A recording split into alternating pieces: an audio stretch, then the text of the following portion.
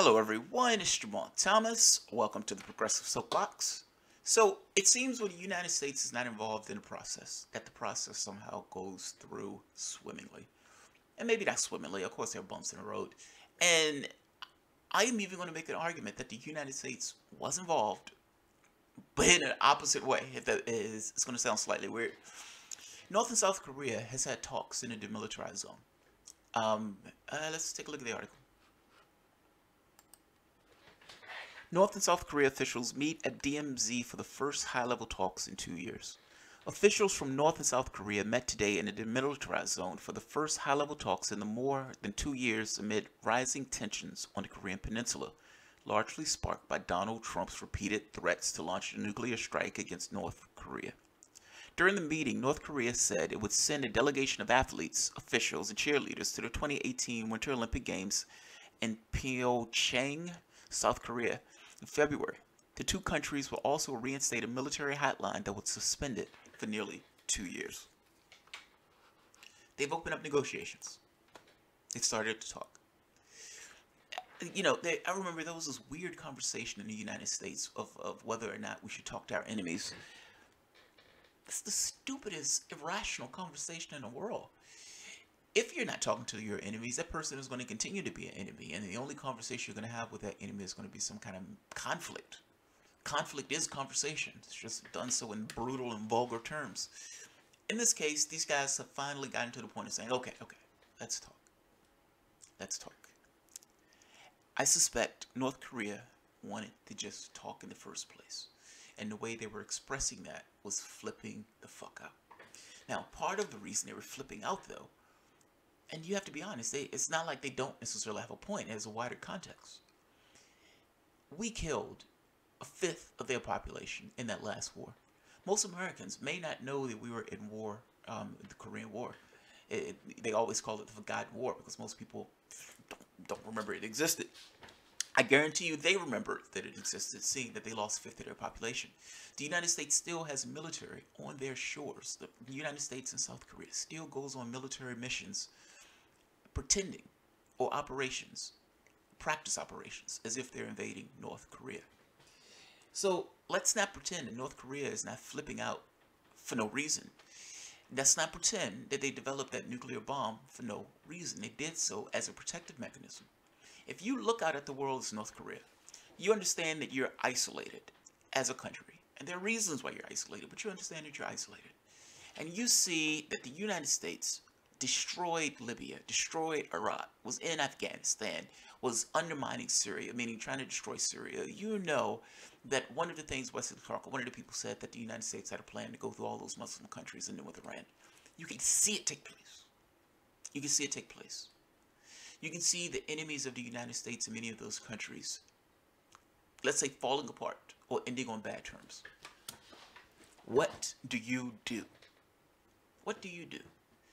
They may think you're crazy and everything else, but what do you do? If you want to protect yourself, he may not give two shits about the country. You want to protect yourself and your power base. What do you do?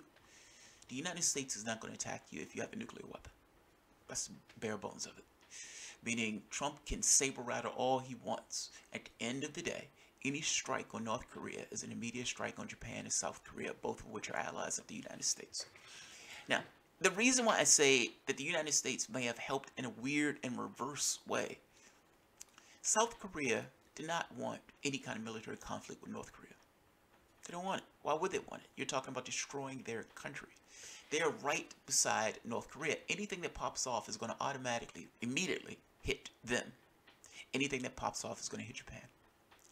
They're motivated to have a conversation because of the belligerence of Donald Trump. This is what I mean why it's like helping in a reverse way or a backwards way.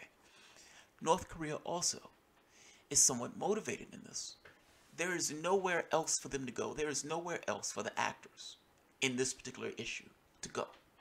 The United States shouldn't have anything to do with it in the first place. We should be off the table. This is a conversation between North Korea and South Korea, and leave them to their devices to have this conversation. We're not adding to this. I guess that's my point. If anything, Donald Trump precipitated this or brought this to some level of a precipice where there was literally nowhere else to go. They have a nuclear bomb. You can't attack them. You can't attack them. North Korea also understands that it can't attack anybody else. If North Korea attacks anybody else, North Korea will be obliterated.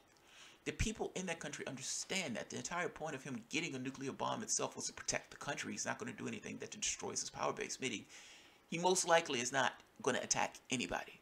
This is purely a defensive mechanism. There is no situation where they can win a military conflict, even with a nuclear bomb. This is pure protection. I will be able to bite you bad enough. I will be able to bite the shit out of you. I can't beat you, but I can bite the shit out of you. And that being able to bite the shit out of you is enough for you to leave me to my devices. Donald Trump is an adjutant in this. At the same token, this adjutant may have incentivized these two sides to talk and get together. By the same token, that adjutant could have caused the goddamn nuclear war. And he still could. He still could. This is still a hot spot. Meaning, my analysis of this is that North Korea is doing this purely for the sake of a nuclear bomb. My analysis could be wrong. He could be a fucking crackpot. I'm assuming he's not a crackpot. I'm assuming he's a rational actor because I don't think it suits us to assume people are insane. But in this particular case, the point in this is us staying out of it. Getting out of these people's affairs and getting out of these people's business. Leaving them to their devices.